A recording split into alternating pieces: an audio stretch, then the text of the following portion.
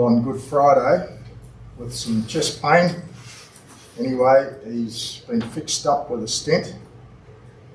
I can tell you now the cardiologist is tops. He's been my cardiologist for 22 years and I'm still here.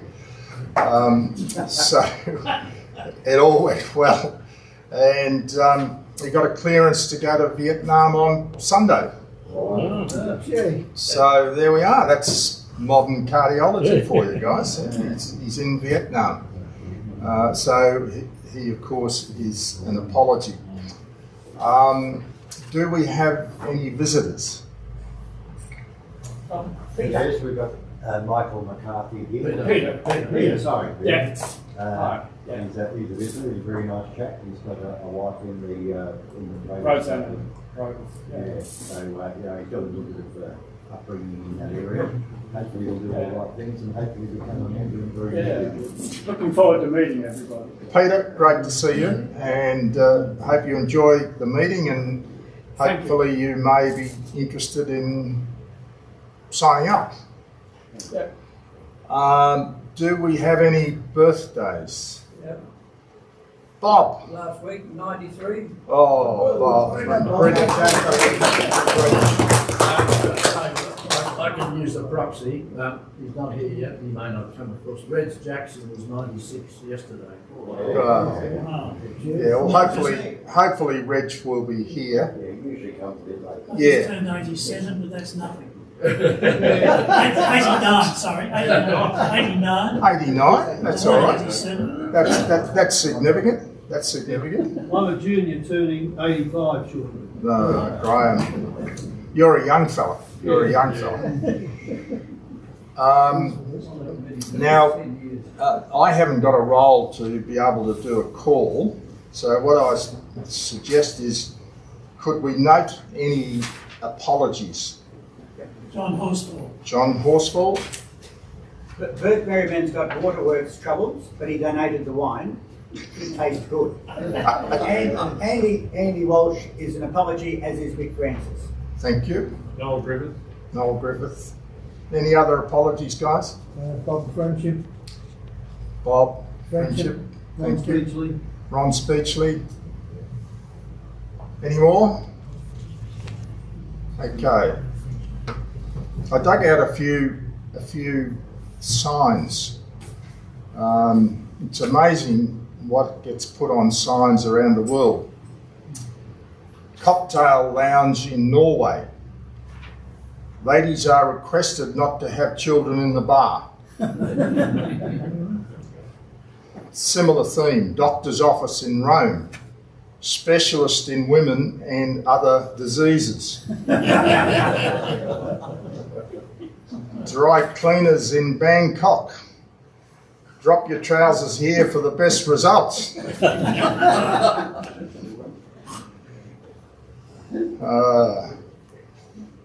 In a cemetery, persons are prohibited from picking flowers from any but their own graves. And finally, in a Tokyo bar, special cocktails for the ladies with nuts. So, and I've got a little story too. I'll read you out this little story. You'll be able to identify, those of you who've got daughters or granddaughters will identify with this. This is from a daughter to her dad. Dearest Dad, I am coming home to get married soon, so get your checkbook out. I'm in love with a boy who is far away from me. As you know, I am in Australia and he lives in Scotland. We met on a dating website, became friends on Facebook, had long chats on WhatsApp. He proposed to me on Skype, and we've had 2 months of relationship through Viber. My beloved and favourite Dad, I need your blessing, good wishes, and a really big wedding. Lots of love and thanks, your favourite daughter, Lily. Dad's response. My dear Lily, like, wow, really? Cool. whatever.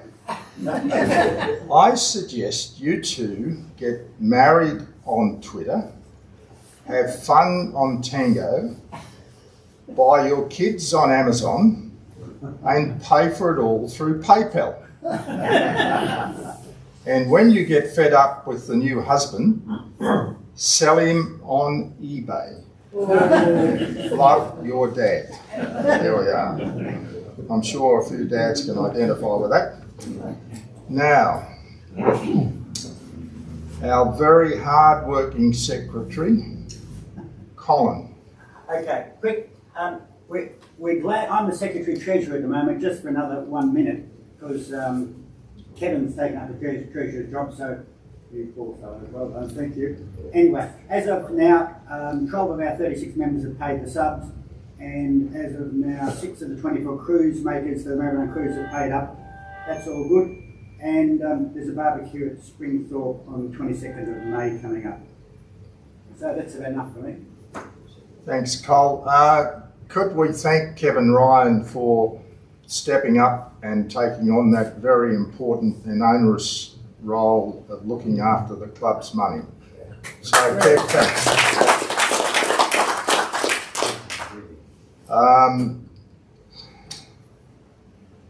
Dr. Graham, how are our members travelling? Well, I spoke with 3 of our mobility challenged members through the month, Noel Griffiths and Ron Speaksley and Ian Williamson. Ian had hoped that he might be here today, but I don't see him as yet. So that's unfortunate. I had a couple of conversations with President John and assured him that having that 80% blocked artery now stented, he'll be better than he ever was before. That's thank you. Thanks, Graham. In relation to excursions, obviously Captain Colin is going to give us a briefing shortly about Maribyrnong and what's involved there. So that's a major excursion we've got coming up. Gary, is there anything you want to draw attention to? No, nothing. No, at the moment. Only How was your trip? fantastic. 5 days down in Portland Yep. and Port Fairy, and then back up through Ballarat. We had really good weather. It was fantastic. Unfortunately, last meeting I was on the way back when you were meeting here. We went back through Ballarat and went to a garden show down at Portland, which was the Dahlias. They had a Dahlia show down there. Then we went to the Begonia Festival at Ballarat. That was absolutely fantastic. We had good weather. It was really good. Cooler than up here because we had a sea breeze. Okay, good. All right. Well, probably, Cole, if you're ready. Okay. What we're going to do, guys, is after Cole's presentation, for the opportunity to grab yourselves a cup of tea or coffee. We were a bit slow with the urn, took a while to heat up. That's why I didn't have it at the start. Our guest speaker, I think, is here, so he'll follow on. We'll give you a chance to grab your tea and coffee, bring it back, and then Grant, our guest speaker, will move into telling us about Vision Australia. So, Cole, I'll let you get set up. Yeah. You want this microphone? Okay.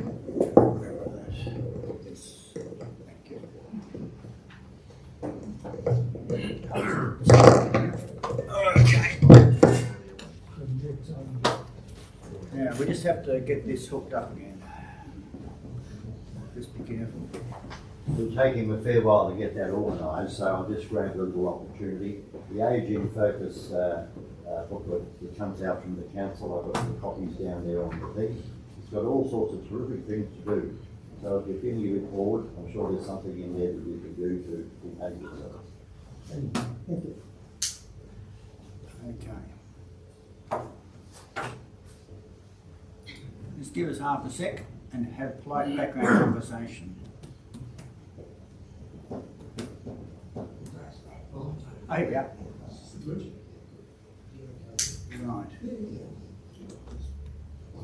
Right. The sound.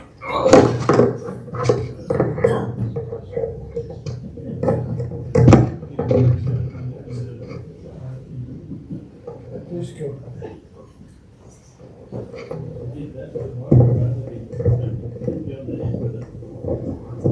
Righto, can you hear me? Yes, Okay. I'm talking about our trip, which is coming up soon, to the Lower Yarra and Maribyrnong Rivers. This is a high altitude photograph, and on the trip we start out here, which is allegedly on the Maribyrnong River, or now on the Maribyrnong River, and we end up here on Maribyrnong Road at the boathouse, and we therefore travel along here past Flemington, etc., up to here. I just draw to your attention that this is the mouth of the Yarra. This is Swanson Dock, Appleton Dock and Victoria Dock, and that's Webb Dock in here, and there's Station Pier, or I think it's Station Pier. Now, it's all different now to what it used to be, and there's a lot of history in terms of harbouring for Melbourne down here, and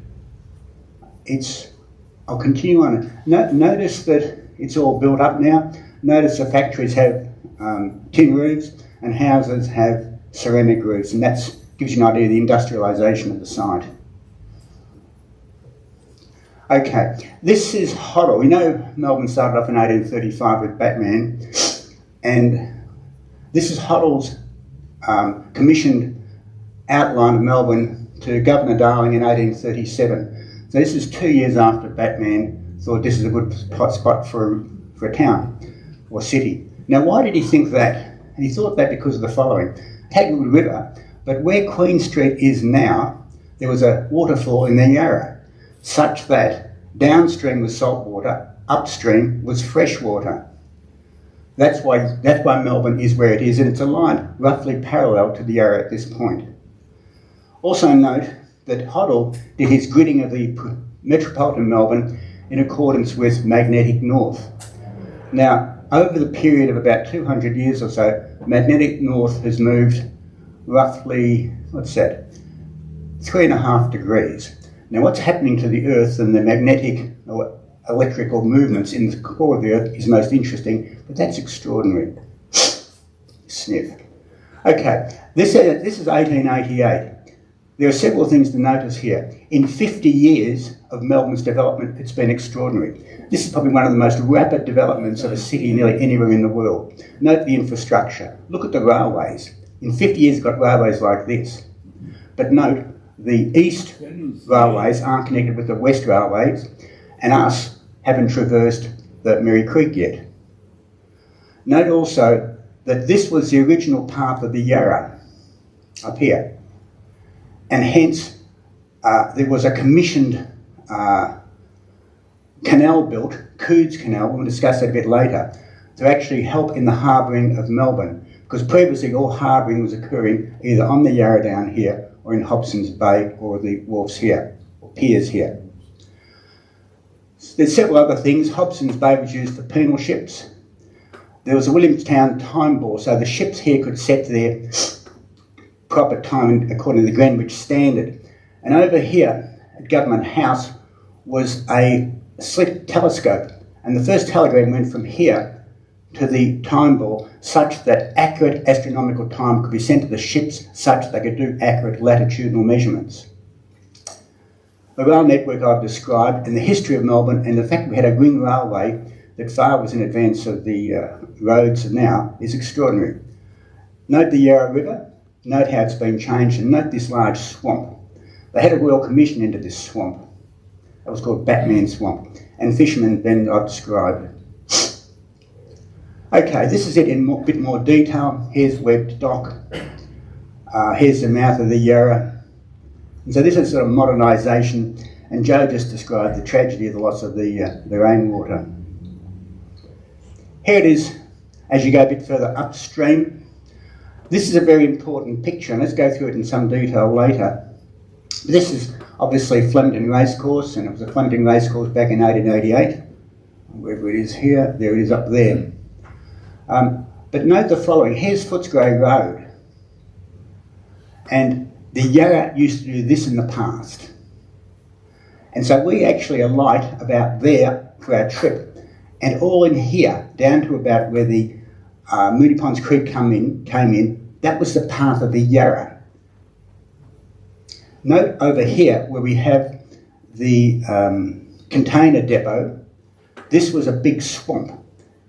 And this was all filled in with the tailings from the canal digging. Okay, this is further up. We're going to be here. I just popped this in because at this site in here, there was the large Maribyrnong armaments work or munitions work. And there's an awful lot of industry in and around here that's now being reclaimed. Let's just discuss the Lower Yarra initially. Prior to the development of other porting, the Footscray wharves were in this section, and down here were the Yarraville wharves.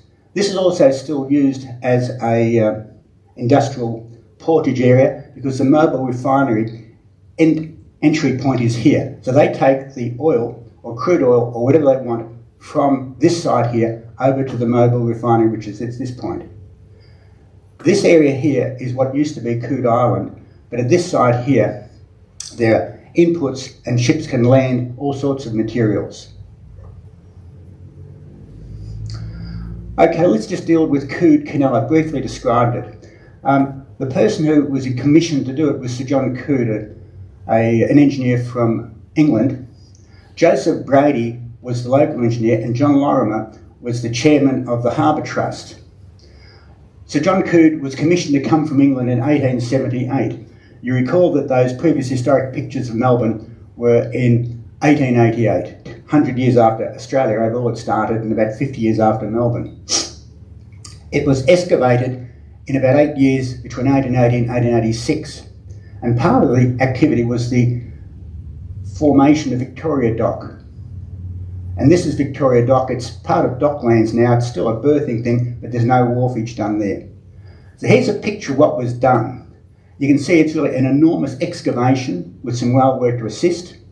This is, once it's been formed, they're digging out Victoria Dock, and that's the older part of the Yarra, and that's the new part. Here's some historic boatage, and here's the Melbourne. Melbourne in those days had industry actually in Flinders Street and so on, so there's a lot of smoke. This was an extraordinary engineering work. Now, why was it done? It was done because of difficult navigation with Fisherman's Bend. It was done to control flooding and the issues of the swamp. It was done to actually have docks, proper docking with docking berths. Coode Canal was 2 kilometres long, 130 metres wide and 6 metres deep. So this is what I'm describing. This was 6 metres deep, 2 kilometres long and 130 metres wide. That's an extraordinary activity, and it's one of the major engineering works in Australia, short of, say, the Sydney Harbour Bridge and other things. All right, 2,000 men in the construction of Coode Canal in Victoria Harbour, 20 years. This was a major activity. Let's consider Coode Island. This is when it was just made. Oh, that's not entirely true. This is several years, maybe 50, about 30 years afterwards. You can see it's an aerial map. Here's the new part of the Yarra.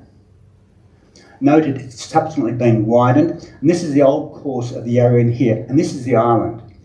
This part of the Yarra has been filled in, so it no longer exists. We're going to alight or start off at our trip here. This has been filled in, as has the Batman Swamp. The calibre of the old Yarra, now Maribyrnong River, is quite substantial. Things that occurred at Coode Island were a quarantine and sanatorium. Larkin Aircraft Supply Company started industry here. There was an aerodrome here. We recall it was 2 kilometres long. And now it's a petrochemical storage from the 1960s. And you recall that in 1991 there was a fire in a toxic collection of petrochemical materials there that was started via it's called St Elmo's fire. It was electrostatic discharge. Now, what was I going to say? Yep, okay. Yep, right, I'll move on. Yep. Oh yes, I was talking to a ship's radio operator, and he actually had landed material into Coode Island, and he said it was so bloody toxic they sealed up the hatches and no one was supposed to go near it. So when this caught on fire, it was a big deal, and probably a bigger deal than what people thought. All right, this is where we alight on. It has Henderson's house, which was a piggery. And this is a member of the landed gentry who had his mansion here, and there was a piggery around here with killing and processing materials. And this now is the Footscray Cultural Centre, which is put in here. Note we have a train here. The formation of the rail network began before 1888, so there's a very old bridge this train goes over. And note the vessels in the Yarra River here. Oh, go back. As we go along, and this is one of the first major bends we come to. This is the old railway bridge, and we'll talk a bit more about that later. But this is the Heavenly Queen Temple. And the Heavenly Queen came from Fujian province. That's in China, just opposite Taiwan. And they've got, it's an extraordinary site. It's Taoist, and they have Meizu, who's a hero of seamen who have been lost. And it's really most ornate, but when I visited there, it's in a little bit of disrepair. When it was first constructed and opened up, they had representatives from both Taiwan, Chinese government generally, and all the federal and state bureaucrats there. Further along here, we have, this is the campus, Victoria University. It used to be Footscray Tech. And they have a site here with a beautiful view over the wetlands of the Maribyrnong River. It's one of the best and most picturesque sites of any university in Melbourne, I think. Really quite lovely. And they have major constructions going on. This is a university that's really undergoing major development. This was the bridge, where are we? Oh, that's the bridge I'm referring to. This is a steel, not a steel bridge, it's an iron bridge, probably wrought iron. And there's a network of rails that go along the Maribyrnong River for the dockage activities that were occurring. This was commissioned about 1909 and, about 1915 and sort of turned off in about 2009. It's a great picture of Flemington Racecourse. This has been going since about 1850 and its history is just 1840, I should say. And at the moment now, the Turf Club ran it, circumference of 2.3 kilometre, and it can fit in 120,000 people. This is a major venue. Great picture. On Ballarat Road, overlooking the Maribyrnong, is Footscray Park. This design of this was Allsop, and it's laid out 1911. Really very pretty, great spot. Along the Maribyrnong River, there's all sorts of wetlands, and there's actually a whole lot of sort of adjacent sort of lake systems that are here on the western side. And this is getting nearer to Maribyrnong Road, and there's a thing called the Living Museum of the West. This is worth visiting, and it goes through a lot of the early industry that was occurring there in this site. This was the early industrial hub of Melbourne. They had small manufacturing in Brunswick and so on, but this is where all the action was. This is Pipe Makers Park, and this is just the sort of level of stuff that was going on. So, in summary, that's where we start, that's where we finish. Here's Flemington. Up here is the Victoria University. We've got over about here the overlaying park. We've got the temple. This is the old railway bridge. The old railway supplying and servicing the wharves came down here. That's no longer in use. Up here we have Pipe Makers Park, and here we have these wetlands and lakes that I described. I've sort of bicycled along here up to Bringbank Park, and it really is most picturesque. Here's Swanson's Dock. Here's the present but not used Victoria Dock. There's, or whatever it is, and there's the Webb Dock down here. Thank you very much.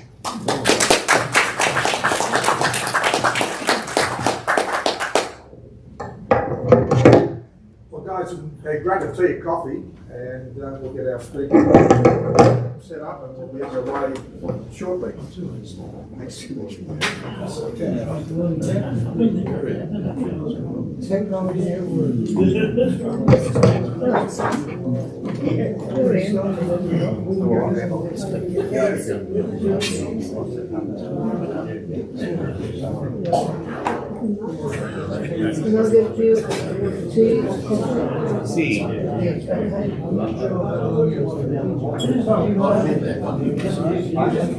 Sugar or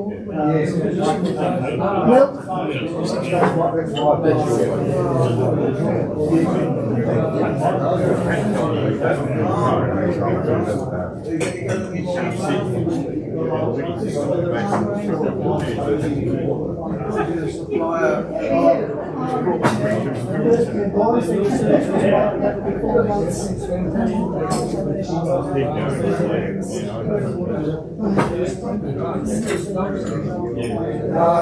Grant, we'll just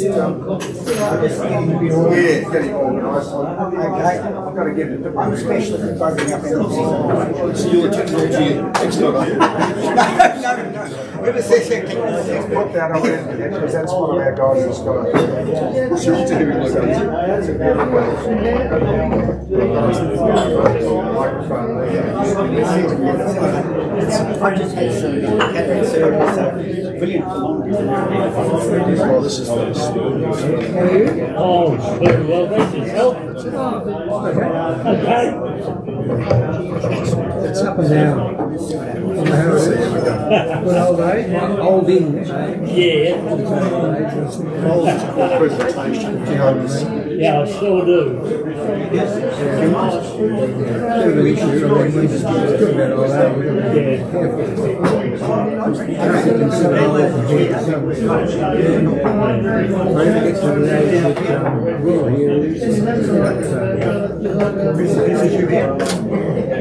don't think I'll ever get to that. Oh, right. Because that's the standard, that's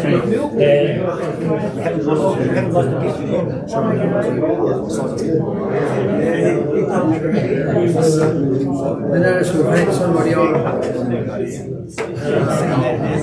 somebody's watching this online. Oh, yeah. But I can't tell who. Somebody's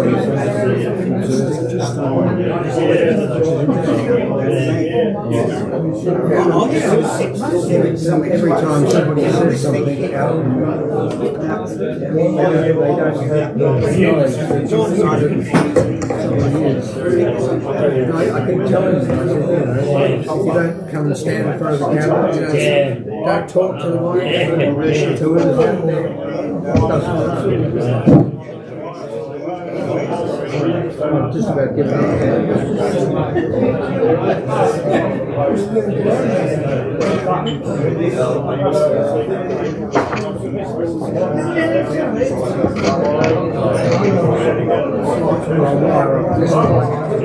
I'll wire up this guy.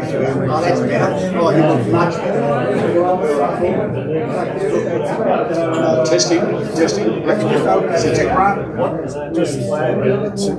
Important to sort of stay in this position. Bruce has got the camera on. Cover the head. Oh, you can't. Yeah, I'll show you.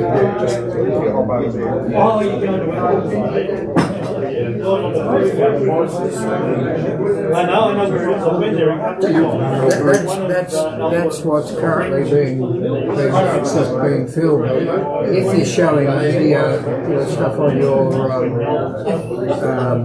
presentation, I can zoom in on the screen and actually have the video just focusing on the screen part. But that's what's being shown at the moment. I've got just slides as prompts. Yeah. Well, if, when you're talking to a slide, if it's got bullet points on it, for example, and you're talking to those, I can zoom in on those, and you'll disappear because I'll be focusing on that. But whoever's watching, there is somebody watching now. I don't know who it is. announcement, there's somebody watching this in real time.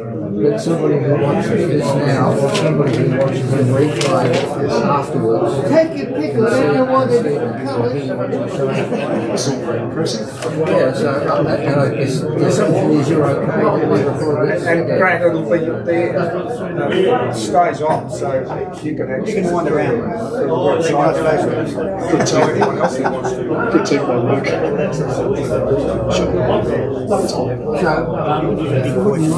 Yeah, no, I'll talk about it. Just to make sure that We're going to sit down. Yeah. this is the one. That's Okay.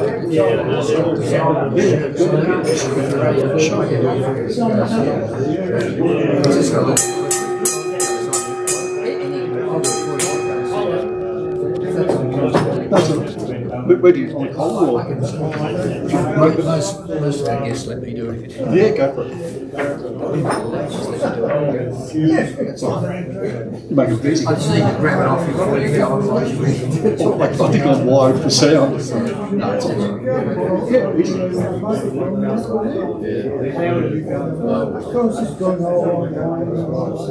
She won't be able to. Saves there is now. She said. Guys, can we be seated?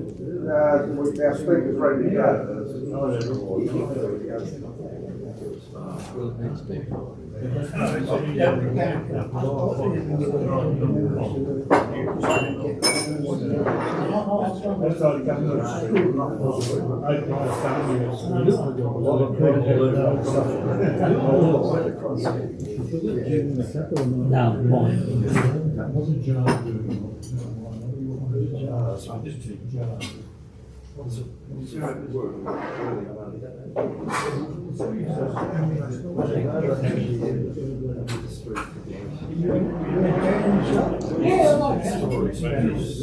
You're looking very, very well.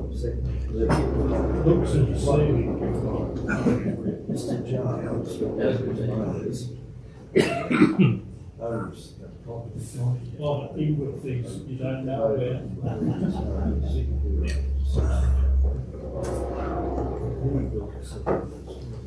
Okay, we've got with us this morning Grant Wilson. Grant is a senior executive with Vision Australia. When I think of Vision of Australia, I always think of the Victorian Institute for the Blind. A very important organisation in Melbourne that's blossomed from there. And of course we also associate that and Vision Australia with carols by candlelight. But what Vision Australia does now is much broader than the situation originally with the Victorian Institute for the Blind. So Grant is Senior Executive with Victoria's East and Regional areas, and he's going to tell us about Vision Australia, about issues they deal with, what they make available for people who have issues with respect to vision, and I think there's a fair number of us here who are in that category. So please make him welcome. Thank you, David, for that very warm welcome, and it's a pleasure to be here. And I must admit, I loved that talk before I started. I was I'm old enough to remember Coot Island going up in smoke and working in the city, so that brought back memories. But that whole talk was fascinating. Thank you. Look, today is really, I'm going to run through a few things, but I'd love your questions as well. So it's nothing worse than just sitting and listening. Best thing is someone asking questions, even if it's about a friend. You know, I've got a friend who has a question. You know, I don't mind. Whatever that looks like, happy to answer what I can. And the only other thing I probably should mention is that I'll cover a few topics about vision and things like that. My background is in technology, doing adaptive technology, whole of technology stuff over the years. I'm not an orthoptist, but I've been around this area for long enough to be able to talk about it in some sort of detail. But just make sure you realise that I'll cover these areas, but you've clearly got your specialist support where you need it. So just want to make sure there's no confusion there. So I thought I'd run through a few things today. Who is Vision Australia? As mentioned, there's been a bit of a few iterations. It was the Royal Institute for the Blind, RVIB, going back a long time, an association for the blind, and a few of these groups that came together. I don't even know when that was. It must have been about 20 years ago, and they formed into what is now Vision Australia. So we'll talk about that. What does vision impairment and low vision mean? I mean, everyone seems to think either you have full vision or you have no vision, you're blind. It's changing so much. Now with the medical advancements, less and less people are becoming totally blind, which is a good thing. I'll cover some of the common eye conditions and what does having low vision, what sort of impact does that have on you as a person? And then I'll also touch on some of the services that Vision Australia does. And from the outset, I'll let you know that's quite extensive. I'll also mention that my site's not great. So if you want to ask a question, make sure that hand's high and it's making action because you might get missed. And if it gets missed, it's nothing personal. Just make sure someone realises. So just yell out. So a couple of things about Vision Australia. It's a national organisation. We mainly have representation up and down the east coast of Australia, although with the needs in the Indigenous communities, we've now got representation in Alice Springs and in Broome, and we're working in very collaboratively there with local communities to try and work out, because the way we deliver services maybe in the east coast, it may not work so well in these Indigenous communities. So they've got a huge demand and quite a high percentage of people with vision impairment. So we want to find a way to work with them and provide services where we can. We also are in Perth. We support about 27,000 odd people who have a vision impairment of some kind. And what am I going to say here? As I mentioned, there's actually 28 different offices around Australia where we have representation. Some are larger, like I'm based in Kooyong, and that's quite a large site. Some of the other ones in my area, Warragul, for instance, we've got 2 people up there. So even though we've got 28, they're not all the same size. And the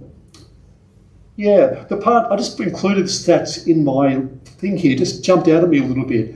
Out of all the people who are on the NDIS, who are participants on the NDIS, only 2% have low vision or blindness. That always jumped out at me. I assumed it would be higher than that. I just included that because I found it interesting. So when someone says they have low vision or vision impaired, what does that mean? It means, okay, you need glasses, you need whatever. So I thought I'd run through a couple of things. We've all probably heard of 20/20 vision. That's actually an American term, but it's used and no problems. In Australia, we tend to refer to 6/6 vision. And what that means is someone that has full vision compared to someone who maybe has diminishing vision. So if they can see at 6, the other person can see at 6. So the vision is about the same. Then we move down to low vision. So a person with 6/6 vision, they can see the same detail as the vision impaired person, but at 18 metres in that first case. So they can be 18 metres away from the same object and see the same detail as the person with low vision can see at 6 metres. And then we move into something what's called legally blind, which means that the vision you have at that point, it's not really worth having, in that you can see enough, but it's decided that you need sufficient support, so they refer to that as being legally blind. So as with the previous one, someone with full vision can be standing 60 metres away, and the person who is legally blind can be 6 metres away from the same object and see roughly the same amount of detail. So if you think about that, if someone walks in the room, the person with 6 vision, maybe at the door over there, could say, oh, you know, that's David just walked in the door, I recognise his face and whatever else. The person who's legally blind may see a person walk in the door but have no idea who that person may be. Then you move down, significantly low vision, 120 compared to 6, and then right down to someone who's blind who may only have be able to see fingers move, or they may have light perception, or they may have no vision at all. Most people tend to have some vision of some kind. They might be able to tell daylight from darkness and things like that. But there is others who don't see anything whatsoever. So some of the main types of eye conditions you've probably all heard of. There's macular, and that's often called age macular degeneration, but it changes. And then there's 2 different types of that as well, from wet and dry. So, you know, there's treatments for one, not the other. Then you've got glaucoma, diabetic retinopathy, retinitis pigmentosus, and cataracts. So they're probably the 5 main ones we see, even though there is hundreds of different reasons for people not being able to see, even down to an accident. You know, they might get something in their eye. They might reach down to turn the tap on and get a branch damage their eye. I must admit, since working in Vision Australia, in my shed now, I have about 6 pairs of safety goggles. I don't lose them, but I just have them there. Every time I'm doing anything I think about at work, I grab another one off the rack, put them on, and I just walk around. I become almost oblivious that they're on. But I've seen too many people end up as clients for the most trivial things, like you wouldn't imagine it's going to happen, but it does. So I just put them on and it becomes habit. Oh, nothing there. Let's try that again. Go back. I did not know why it looks like that. It's interesting. What's that one? Macula, I think, behind that thing. Yeah, macula. Yeah, sort of tucked in behind the other picture. So what? That's not. Let's just move on to the next one and see if I can get a better picture come up. Okay, that's how they're all supposed to look, a bit like this. So on the right, you'll see a picture which is a pretty clear picture of some birds and things like that. And if we were talking about macula for a minute, I know it says glaucoma, but if you stick with me for a minute, if we're talking about the macula, a person who's got macular degeneration, what they tend to have is parts of the picture missing, like these blobs, they refer to them. So if you think about a line of text, it starts, it kind of stops, it might start again. And so if you think you've got these blobs or clouds in front of you, then that's what tends to happen. Now, examples I have here are fairly extreme examples, and I don't want this to be triggers for anybody who might have one of these conditions or know someone that has it, because I'm just giving examples, and it really does vary greatly between people and what treatment and when they catch it and things like that. But if you think about, like I just said, you've got parts of a line missing because you have macular degeneration. If we just make it bigger, everyone thinks, well, you've got bad eyesight, let's make it bigger and that's going to fix it for you. If you actually magnify a part that's missing, it doesn't actually help. So it's about trying to get things like contrast correct, you know, whether it's reverse polarity, so you've got white writing black background, or just a whole lot of things. Working with a person, like with all these things, it's very much about saying, you mentioned you've got macula, does this sort of thing help you? And we keep on looking for options. We have a good starting point, but then we work with the person to find out what that is. Glaucoma that we have up on screen now, this is one of those silent ones. You don't know you've got glaucoma until you've got it.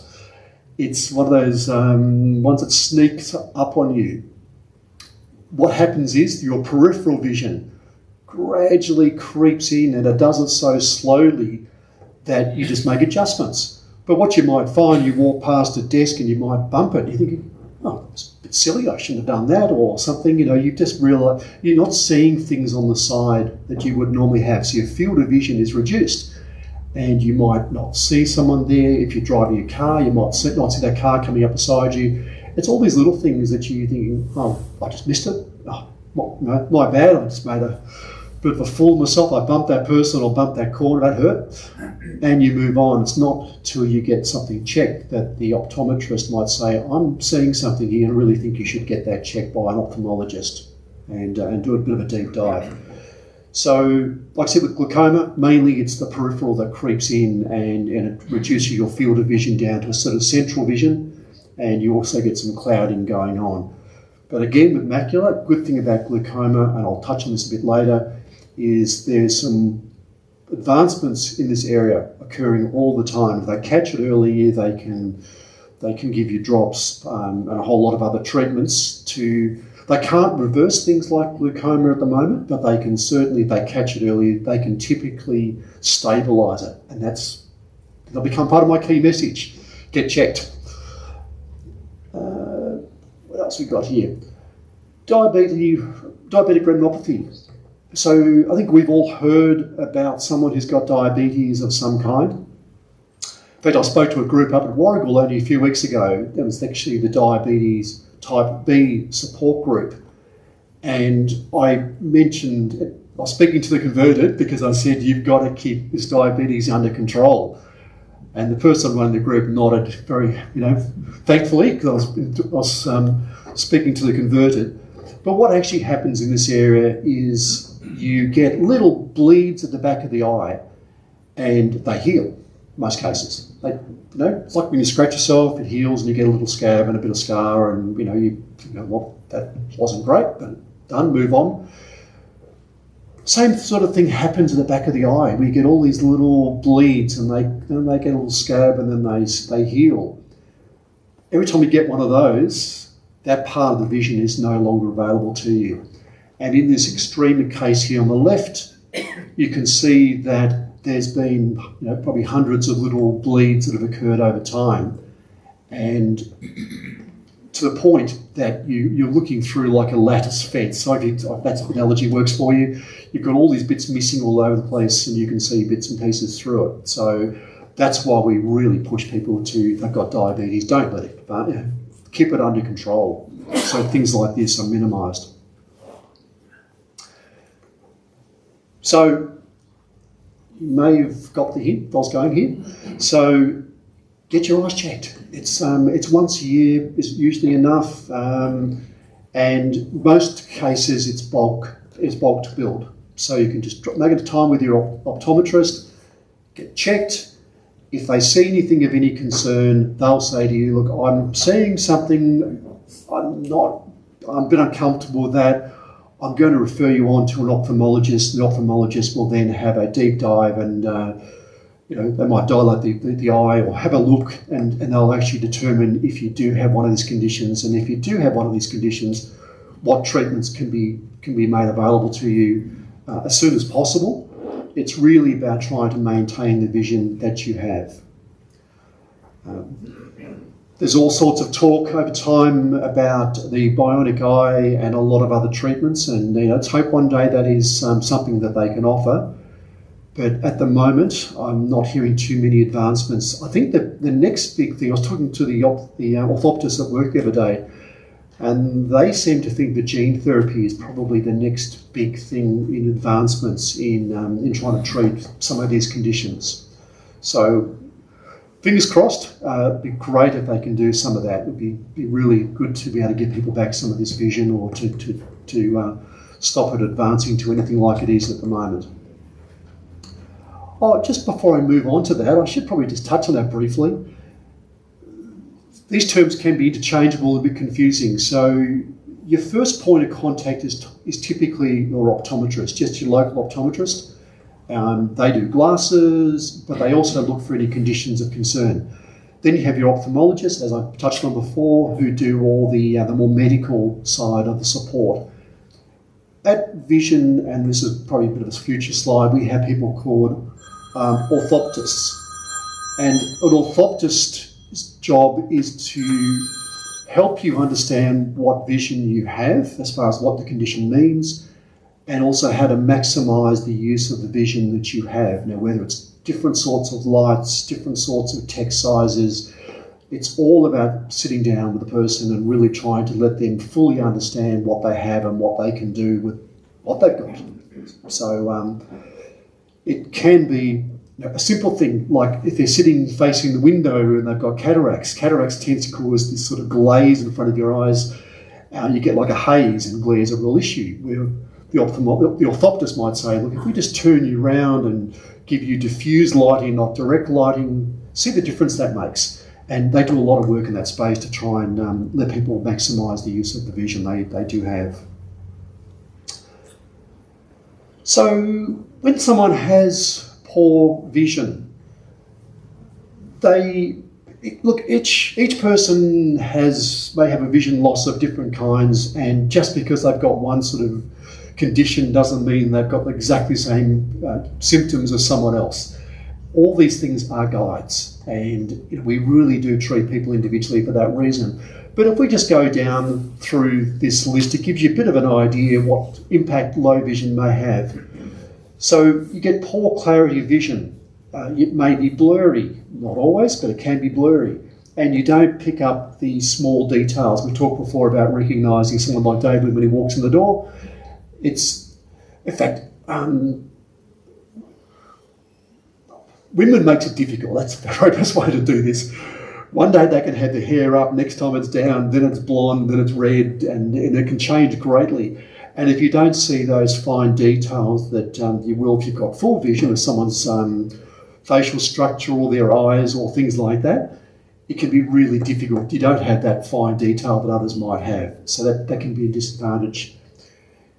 Depth perception. Someone can't tell if that step is 20 centimetres or 50 centimetres or even a metre. They'll sort of come up to it and either double guess it, or they might have a fall because they've not realised that there is actually a change in the surface, especially if those changes are not defined in any way. If you've just got I've seen a house that had this beautiful timber work all the way up the corridor. Halfway there was a step down, but there was no tread on the edge. There was no change of direction with the timber. It was just straight timber all the way through. Looked amazing. And that's the sort of thing that can really catch people out who've got low vision, and they can so easily fall if you don't know that's occurring. Sensitivity to light, and again, that can just be, I touched on before with cataracts, with the glare, but it can affect others as well. Even their ability to change from being in daylight to walking inside a building, their eyes can take a lot longer to adjust.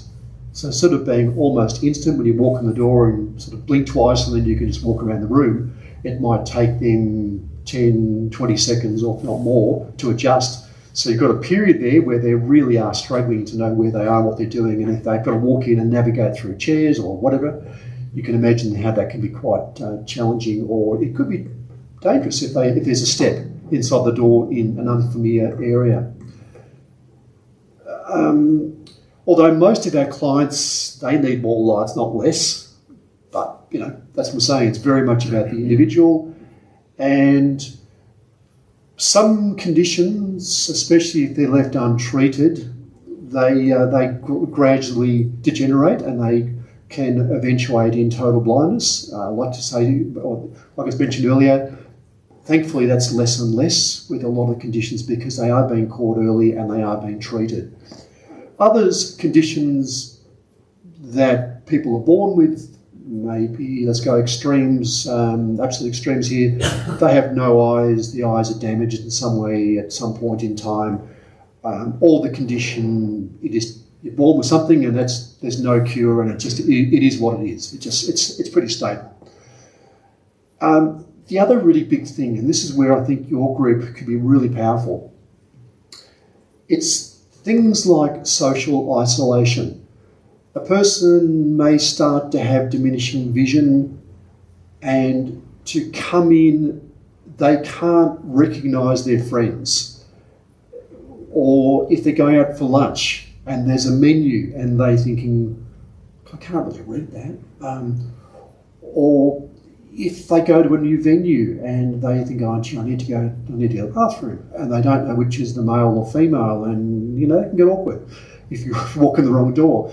So a really big thing is, as someone walks in the door, you might sort of go, hey, I'm picking on David because I just know him, but I might sort of say, hey, David, it's Grant, good to see you. And instantly that person feels welcome, that barrier is gone. And it's just inclusion. So as you realise someone may be struggling with their vision, by doing really small things like that, just acknowledging the person when they walk in, that's massive, because otherwise it's so easy to withdraw and just end up living a very solitary life, just at home, and maybe only going out with their partner, wife, husband, whatever it might be. So it's really nice, especially with groups like this, where as you get older, everything, our bodies aren't what they were when we were 20, and if eyesight starts to change, making people feel included is a really big thing, because that way they'll keep coming to groups like this, and they keep that inclusion going on, which is super important. So part of what I was just talking about is the etiquette we do when we have someone who we know has low vision or no vision. So we even always introduce ourselves. I'll always sort of say, hi, it's Grant. Even if the person knows me quite well, and that is super important if I'm out of context. If I'm just the local Bunnings or Coles, whatever it might be, and I see someone, I'm the last person they expect to see. And they're navigating their way around the shop, and I'm just another person. But if I see them and say it's me, it really means that for them, they instantly know who I am, and we can have a conversation and go from there. So that's a really good thing to keep doing, especially when you're not in an environment like this where they're not expecting to see you. Alternative formats, if you're sending out information, you may choose to do that. You might speak to the person and say, actually, if you can make the print a little larger and a little darker, that would be so helpful. For others, you might just say, I'll send you an audio file. So when you send them a text, you might send them an audio message, not a text message. It all gets down to what the person finds easiest to cope with. Most people these days have all this tech though, and they can have text read to them, or they can actually use their phone and then scan text and have it read to them. So there's lots of options, but having a bit of a thought around that can just help break down those barriers. Workspace, clear. So if you've got cables across the ground, chairs sticking out. No, like clearly here you're all over your work health safety. There's no problems about chairs or obstacles or cables. No. But you get the idea. If you've got someone around like that, then you do have to make the extra effort just to sort of keep chairs in, bags off the ground, because you don't want someone tripping over a bag, especially a black bag on a black carpet. The contrast just isn't there. So that's why it's good to do that. And some examples. Oh, that's a bit interesting. So some of the services that Vision Australia has, and if I can put it this way, we really do provide a holistic support depending on the person's stage in life and their needs and all that sort of thing. I touched on orthoptics before, making the most of understanding what vision you have and then making the most of what you've got. Occupational therapists, they're really about daily living. Everything from matching clothes. If you can't quite see, you walk out with orange pants and green top or something, I don't know, whatever it is. You knowing how to sort your wardrobe so you know what you've got, like matching socks and the same colour. If you're cooking, how do you do that safely without burning your hands on the stove when you put them in? Or how do you know that you've get rid of that. If you try to put something in the stove, people often burn their wrists or their hands. If they're trying to pour a glass of water, how do they know when the water's at the top of the cup? And a whole lot of things. As you can tell, if it's too hard, you don't do. So they do a lot of work in that space about that daily living independence and safely. Access technology, any questions, that's me. That's That's all about making technology accessible. So whether it's a phone, a computer, anything to do with technology, and we're doing a lot of work in the AI space at the moment, and also those smart home devices. We love those because a lot of them don't have a screen or a keyboard. You talk, they talk back. Tick. So they work for us. Orientation and mobility, that's people learning how to get around. If they want to get from home to the local shops, to work, whatever it is, people there teach everything from cane use through to using apps to know what tram or bus is coming, because people can't often see the bus numbers or things like that. So they do a lot of work. And the last one is a big wellbeing program where we get people together who have low vision, and they do outings, they do a whole lot of group work where all the barriers are removed, and they just come along and just give each other cheek and have a bit of fun, and they do outings, and they're always up for a restaurant, and we're trying to, at the moment, they're trying to organise a day where they go sailing down at Albert Park Lake. So they do all sorts of weird and wonderful things, and we get speakers in, and that's a lot of fun. And unfortunately for a lot of people, their 1 day a week with us is their one outing for the week. And we'd love to change that with people being welcomed into things like Provost Lines, whatever it might be. Thought I'd run through some very quick examples. I do feel like it's me doing all the talking, but that's okay. Things like magnifiers. Everyone thinks low vision magnifiers, but you really have a few different types here. You've got the typical little handheld one you might have. Then you have one in the middle which has a light on it, so it actually illuminates what you're looking at. And the one on the right-hand side has a stand on it, especially people who've got tremors. If they're trying to focus, you've got to have a magnifier at the correct length for what you're reading. And for some people, that's really difficult if they get tired arms or they've got a tremor. So those ones have got stands, so it keeps the focal length constant. Then down the bottom is one of the computer options where we can actually make a difficult thing quite simple with some big tiles on a computer screen that people can select from. In the home, we've got things like talking scales. So the top one's there is like a measuring jug that tells you how much fluid is in it. The middle one is a scale that you can stand on, and it tells you how much you want to weigh, and hopefully it lies by about 5 to 10 kilos, so we're all happy. The right weight, the down weight. But again, if you've got low vision and you can't see the numbers, that one talks to you. And then we've got a lamp over there, which is a light that's also got a magnifying glass built into it.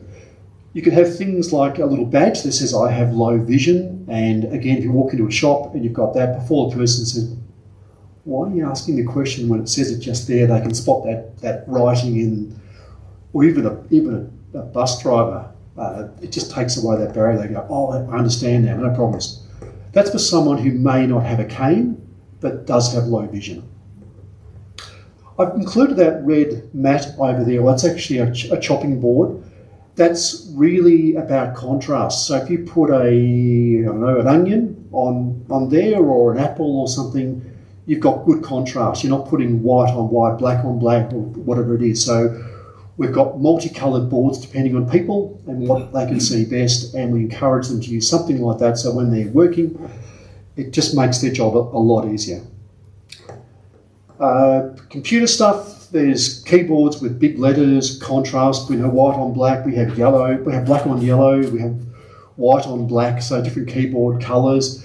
We've got a reader there, you just put a bit of paper in front of it, doesn't matter which way, up the right way or around the wrong way. You hit a button, it scans it and it reads it back to you. Super simple, works really well. And the last example over there is a little handheld device, and you point that at text, takes a photo, within about 2 seconds it reads it to you. And again, I mentioned earlier about a computer screen which we can change to have these big tiles, and it's a very simplistic way of getting through like that. And the last one I've got there on the right is we've got a huge library at Vision Australia. Thousands of books, audio books, narrated by some wonderful actors and things like that. Some people just want to listen to whatever book that person read. For others, we have daily newspapers. Now, they're not narrated, they're a computer voice, but we do make daily newspapers and magazines available through the same service, and that's just a little player that does that for them. And just for leisure, there's things like large print cards and Scrabbles, and the bottom ones I'll just mention briefly is the bottom right are fit over glasses, so they actually go on top of normal corrective glasses. They're sunglasses, but they wrap around the side, so all the glare from the edges that often causes issues, all from above, is minimised. And the last ones we do over here is people often have audio description when they're walking along to say, you know, turn left in so many metres or whatever it might be. These ones don't go onto the ears, they go onto the bones next to the ears. So your ears are still open. So walking down the street, if you think you've got your cane or whatever and you're listening to all these instructions, you won't hear that car if your ears are covered, or that person saying, watch out. So those ones, we sell those ones through the shop, and they go through the bone of the skull and you hear that way, and it just makes life a lot safer. Okay, I feel like I've been doing a lot of talking and I've covered a lot. But effectively, if you know of someone or you have any questions for yourself, we really welcome any contact about that. Even just inquiring, you know, look, mum, dad, whatever, have been diagnosed. I've got a friend who's got it, who's a bit nervous about what's going on for them. There's a phone number there. You can email us, or you can even go to the website. So, I got told off last time because I did a presentation and I didn't bring a dog. I brought a dog. So, we had the seeing eye dogs, but I haven't got one with me today. I haven't brought one. Usually one of the trainers might bring a dog along, but not today. So thank you for listening, but if there's any questions, I'm more than happy to answer what I can for you. Guys, any questions for Grant? Yes. Yeah. I'm really interested in the association you might have with Indigenous communities in remote areas. Yes. In this area. And I just wonder whether the types of blindness or low vision that you see in those communities reflects the same sort of things that we see here, or if there's one major cause, or is there any difference in that? Yeah, great question. From what I've been reading, it seems to be diabetes is it's very prevalent in the Indigenous community. There's another condition which I cannot recall the name of it, but it's due to their water not being as pure as it should be, and there's some disease that's in the water. So I apologise, I can't remember the name of that condition. It's something we do not see in the major cities, because the water is just like tank water and things. They do have some of the impurities, which is becomes a condition that affects the vision as well. But I think diabetes is probably the primary one, and it's very prevalent in those communities, unfortunately. You may have been thinking of rickettsia, or called sandy blight. They did that in Central Australia. Yeah, that's it. I think that's it. Yeah. Yeah. It's quite common. Yeah. Mm. But the difficulty with the Indigenous community too is they tend to try and support each other, or it's difficult. They may not go and drop into the optometrist once a year and get checked, and then engage with the ophthalmologist to do that. Those services just aren't readily available, or there may be some education around that we need to share. So it's, for us, we feel really passionate about getting into those communities and trying to raise awareness and remove the stigma of someone having low vision. There is things we can do to help, and so by being immersed in those communities and building the trust is a big part of our journey. So do you have Aboriginal staff in those areas? We do, and we've had, in fact, in my team, we've had a couple of students who were doing orthoptics, and so they came and spent some time with us. And I think there's, like, I'm guessing now, I think it's about 15 or 20 Indigenous people that I'm aware of that work around the organisation, and we're definitely open to anyone applying. So that's something we'd welcome. Joe. Yep. Yep. Please. Oh, sorry, Leslie, call you. Two quick ones. Yeah. First of all, how do you qualify for a carer if you're low vision? Look, that gets back to things like if you become an NDIS participant, if you're registered with the NDIS, then you can get a support worker as part of your package typically. Then there is, on the home care package, again, you can reach out, get some carers to support you. Within Vision Australia, we set up things, we have like peer supports, we get people who have low vision that can talk to others and said, oh, look, it's someone with vision impairment or blind talking to someone who's vision impaired or blind. It's a different conversation because they kind of get the challenges. But your question, I suppose, about having a carer that's paid for, then it gets down to... Take you shopping or whatever. Yeah, and that's where a lot of people have a support work of some kind. Now, that's more prevalent in the NDIS space because their package will often cover that support. And depending on what level of the aged care that you're under, you can also get some support there as well if you need to. But it all depends if you're on level 1 through to level 4, how much funding is available. And yeah, I guess that's probably the best answer I can give. I think those local councils too. Great point. Yep. They provide that type of assistance. They do, but they do it in very, very different ways. Yeah. Some councils, like I was out with Dandenong Council talking to one of the councillors only late last week, and they're very committed with their in-home supports and carers, where a lot of councils now are getting out of that space and they're handing it over. So it is available, but not all councils, unfortunately. Terrific talk. I like your slide. You're the technology guy. Bats can fly in the dark without bumping into things, and maybe cars can drive on the road without bumping into things. How's this going to be evolved to help people who can't see too well? Look, we do a lot of work, as in we're always looking around people who've done this sort of area. There's a couple of things that comes to mind initially. There's some people that do a thing called echolocation, where they click their mouth, they hear a noise, and they hear the sound bounce back. And based on that, they can determine how far they are from something. What we've also got is quite a few different aids that have a sonar that goes out. And as you get closer to an object, the haptic feedback in that device, the speed of that increases. A bit like the reversing sensors in your car, that as you put your car into reverse or forward to a car you've got, but you as you get close to an object, those beeps increase. The devices, we have a few canes and a few other things that have a haptic, so it actually goes like tap, tap, tap on you. You actually feel the vibration in the device, and that will tell you as you approach objects. If I was a blind person, I'd get the gadget out of my car, it would point in the direction, and it would tell the blind person where the car was coming along the road.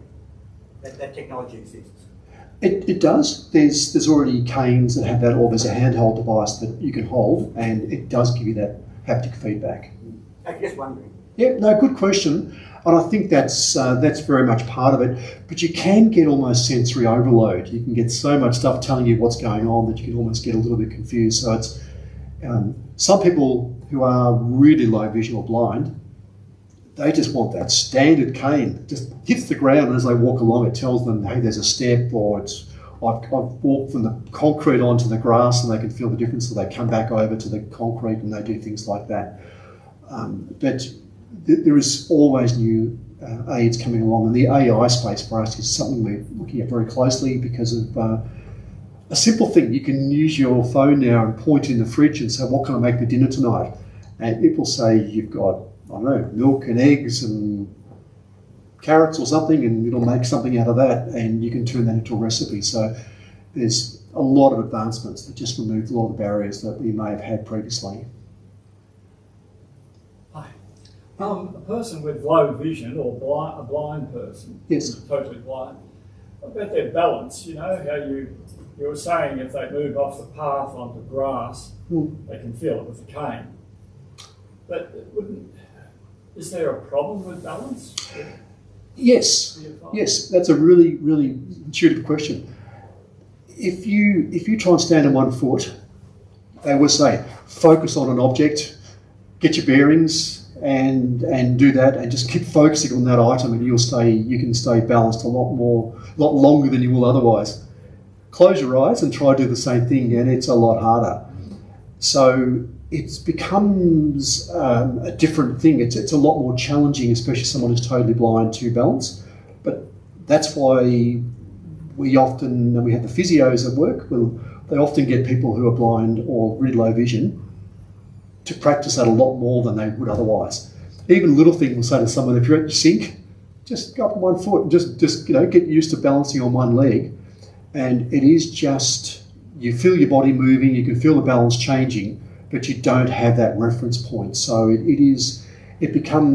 does take a bit more effort to get that same balance. So yeah, that's a very good question. Here again. Yes. So is there any studies on the effect of children watching a lot of iPads or close-up on TV? Yeah, okay. Again, I'm not the ophthalmologist here, but from what I've been told, the biggest challenge they've got, and I've always been told this, apart from physically being bent over and getting rounded shoulders, but with your vision, apparently it's really important to do close-up distance. Every hour you spend a minute or two just looking up and looking at, because if you constantly look at a short distance, they're actually saying, they're thinking that a lot of children will end up having to wear glasses because their eyes haven't developed properly over the years, where they're out there doing sport and running around or reading the whiteboard or whatever it might be. So yeah, there is real concerns about that. I don't think it will be really detrimental as far as them losing their vision, but they may have to wear glasses at an earlier age to correct, the habit of what's occurred because of that long exposure to very short focal lengths. Grant, if you go to an ophthalmologist, one of the things that they seem to be very interested in is the pressure in your eyes. Yes.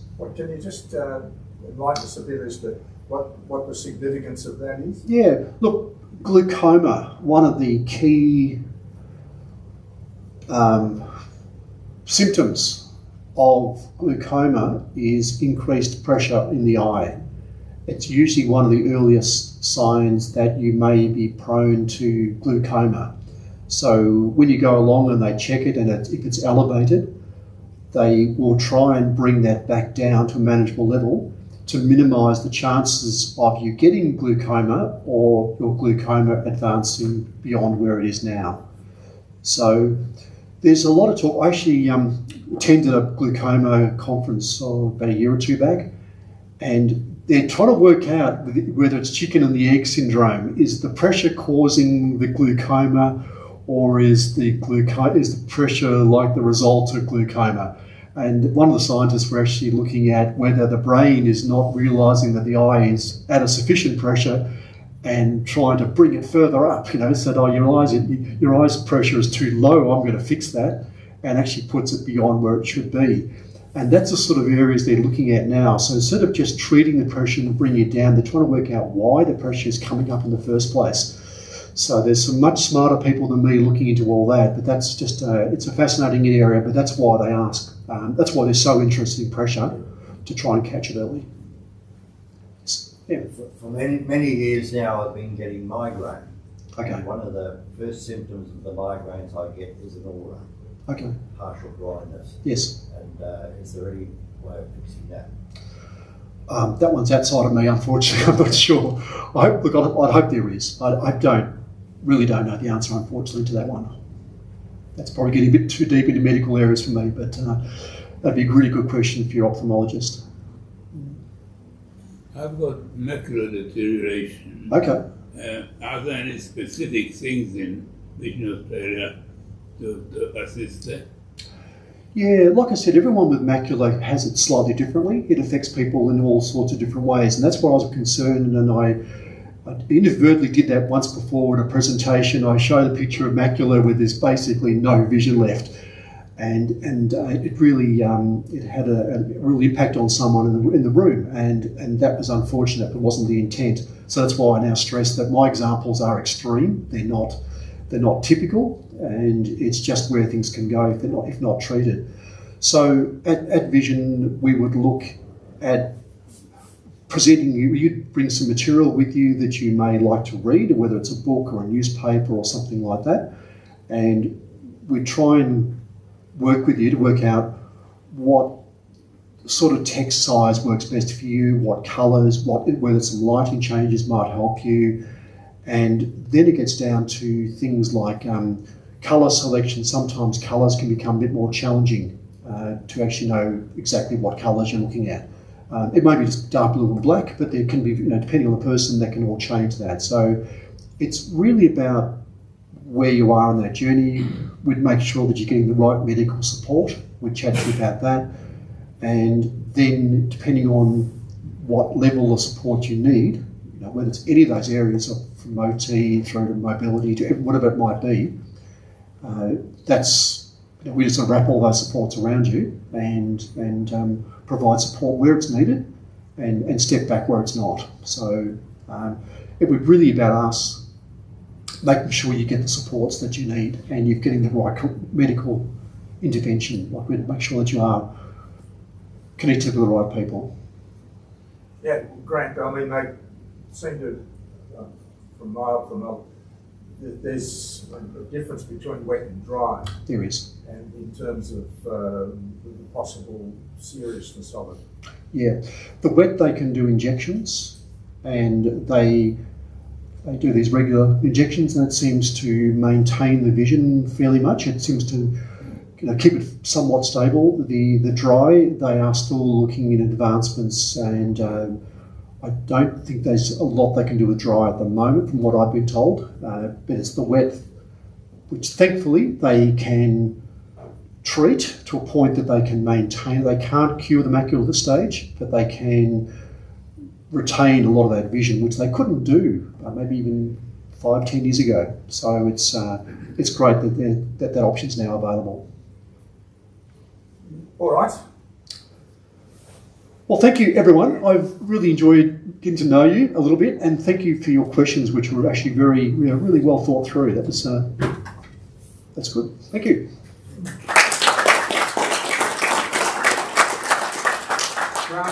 There's a little bit of wet to stay with you.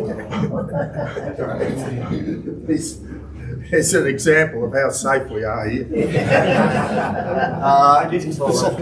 we are. Thank you very much. Thanks very much for your presentation. It was very, very informative, and you're all doing a fantastic job with Vision Australia. It's a great organisation, and I'm sure the community support will continue.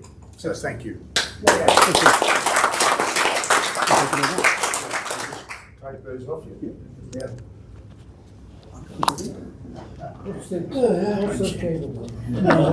Many-headed hydra.